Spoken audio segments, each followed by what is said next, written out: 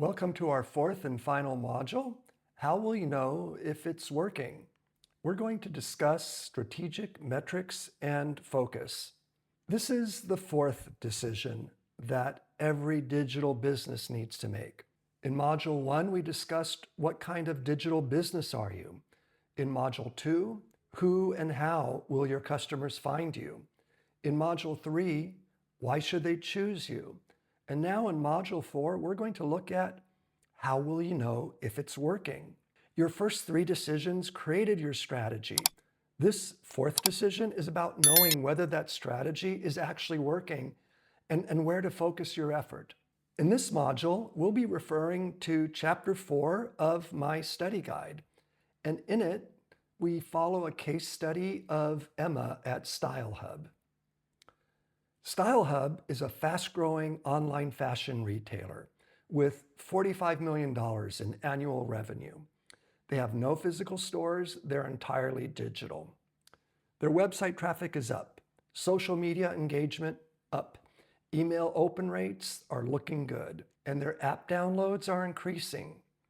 Time on the site is improving, so everything is looking good.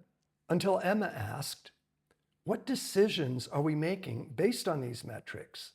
And there was silence. Her team was tracking numbers because they could, not because the numbers helped them decide anything. They had data, but they didn't have direction. They were saying, what can we measure? Let's track it. Let's make it go up.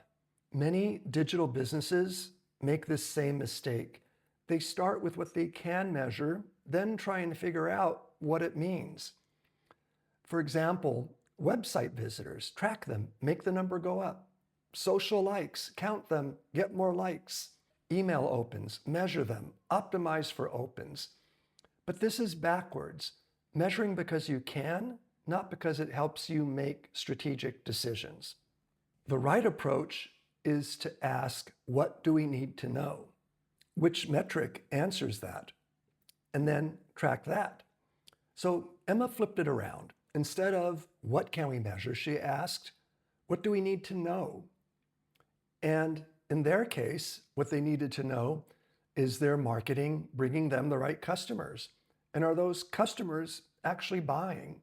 Are we spending more to get customers than they're spending with us? These are real questions that require decisions. Once you know the questions, you can find the metric that answers it. Emma introduced a simple test for any metric. For example, website traffic, 50,000 visitors last month. What decision does that help with? None, really.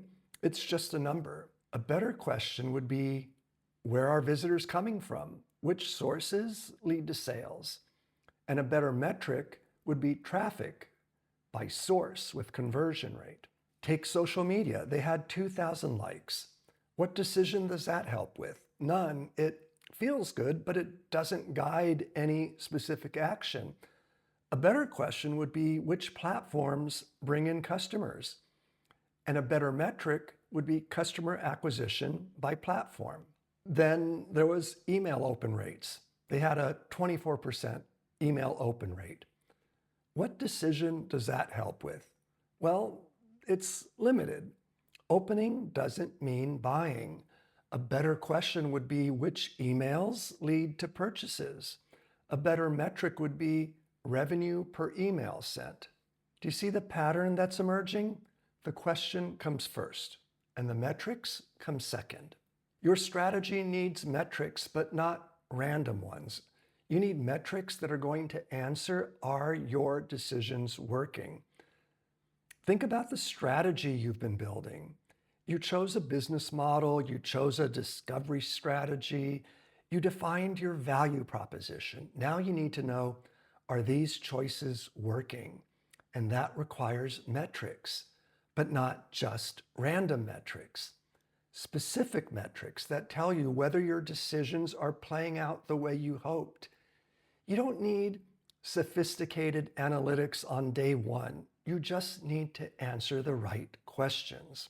I want you to consider this. What decision does this help me make versus what can we measure? Why is that a better question to ask?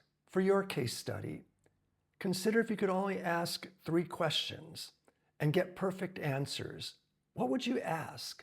Not what would you measure, but what do you want to know? I'd like you to reflect on this. I'd like you to take out your journal, turn to a new page. At the top of the page, write today's date, write Module 4, Reflection 1. And below that, write what I might measure and what actually matters. For your case study, reflect about all the things you could potentially measure. What numbers would be easy to track and would make you feel productive? Which of these would actually help you make better decisions?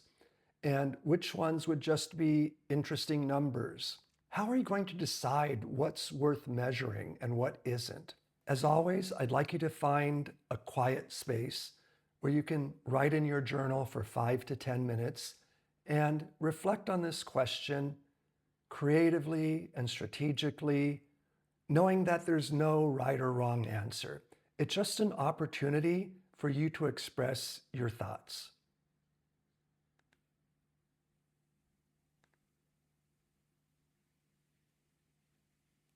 We need to answer 3 basic questions. Question 1, are people finding you? Question 2, are they taking action? And question 3, can you keep doing this? Question 1 connects back to Module 2. You chose your discovery strategy. Now you need to know, is it working? At StyleHub, they chose Instagram ads and email marketing. Emma needed to understand, were these bringing in the right people? They discovered that not all traffic is created equal. Instagram brought lots of people to the site. Email brought fewer people, but the people from email actually wanted to buy. The people from Instagram mostly wanted to look at their engaging content. The key insight is you're not trying to get more people. You're trying to get the right people. Who would you rather have? 1,000 visitors who are browsing or 100 visitors ready to buy? The question is, are the right people finding us? Question 2 connects to Module 1. You chose your business model. Your model requires a specific action. For example, direct sales need purchases. Subscription needs signups. A marketplace needs transactions. At StyleHub, the action they needed was purchases. But Emma discovered something crucial. People on desktop computers were completing purchases, but people on phones were starting to buy and then giving up. Why? Well, the mobile checkout was confusing. There was too many steps. It was too hard to enter information on a small screen. The key insight is it's not enough to know that some people are taking action. You really need to know where people are failing to take action, because that tells you what to fix. Some people are getting through, but where are the holes? That's what you need to find. Question 3 is the sustainability question. The math has to work. At StyleHub, Emma looked at what does it cost to get a customer and what do they spend? They were spending money to acquire customers through ads and marketing. Customers would buy once, and then most would never come back. That's a problem. If you spend money to get a customer and they only buy once, you need that one purchase to cover acquisition costs, plus all the other costs, plus profit. And that's a lot to ask from one purchase. The key insight is the relationship between what you spend to get customers and what they spend with you determines whether you can survive. There are 2 ways to make this work. You can get customers for less. In other words, you're spending less on acquisition, or you get more value from your customers, meaning they buy more and they buy repeatedly. Many businesses focus only on getting customers for less, but sometimes the better answer is getting more value from the customers you already have. For StyleHub, that meant focusing on getting customers to come back for a second purchase, because one repeat purchase often is enough to change the entire equation. I want you to consider this. For sustainability, there are 2 strategies. Spend less to get customers or get more value from each customer. For your case study specifically, Which strategy makes more sense and why? What would make you change your mind? Now I'd like you to reflect on this. Take out your journal and at the top of a new page, write today's date, reflection to, and below that, what working looks like for my case study. Reflect on your case study and the strategy you've been building. How will you know that your strategy is working? What specific things will you need to see happen? What is going to tell you if it's not working? I'd like you to take your journal, find a quiet place where you can write for 5 to 10 minutes, and think strategically and creatively and reflect on this question.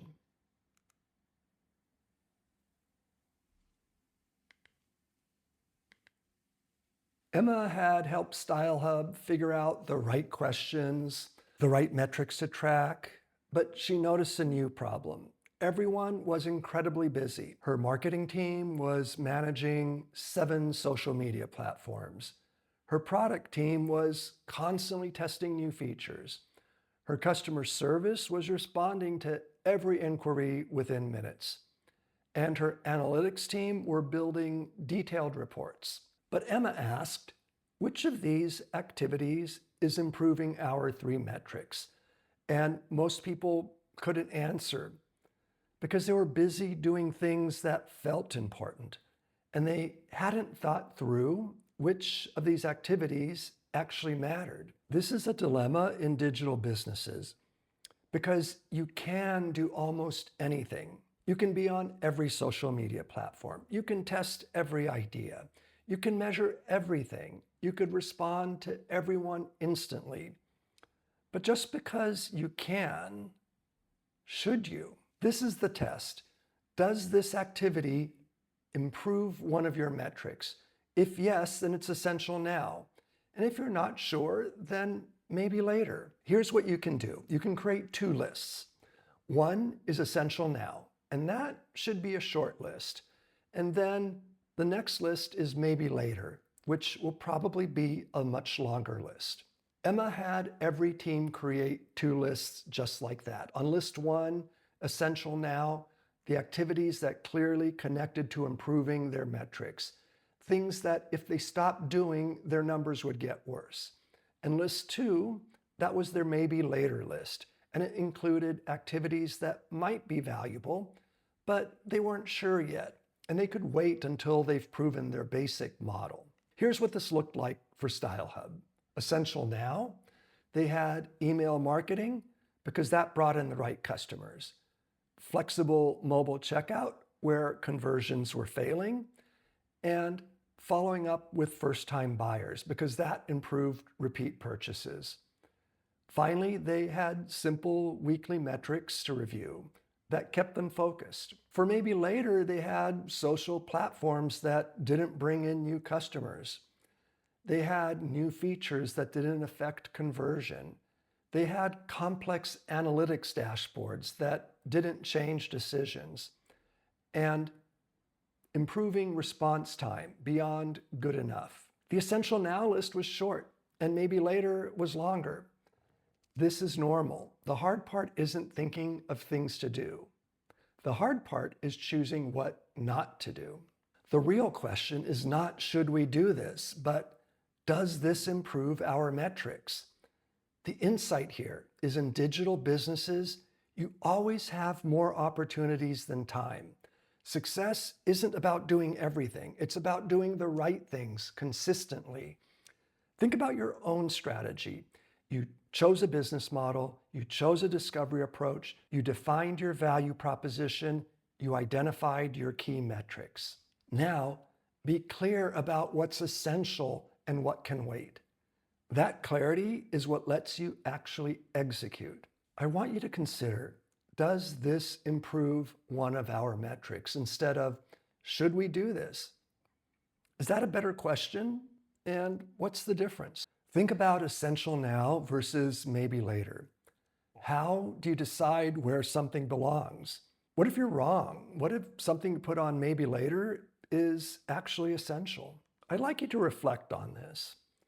Go to your journal and at the top of a new page, write today's date, reflection 3, and below that, what I'll focus on and what I'll ignore.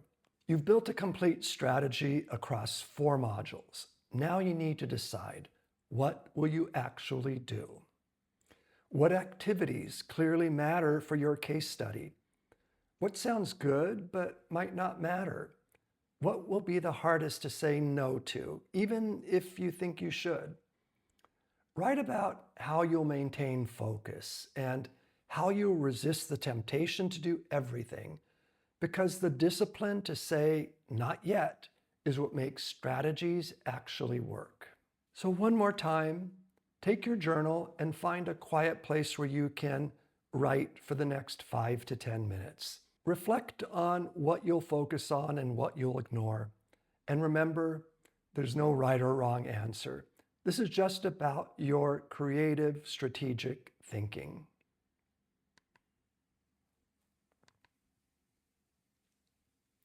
All right, now you've completed all 4 modules and made the core strategic decisions for your digital business strategy. These decisions will work together.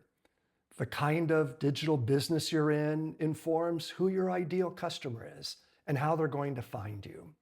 Understanding your customer informs how you'll make sure they choose you.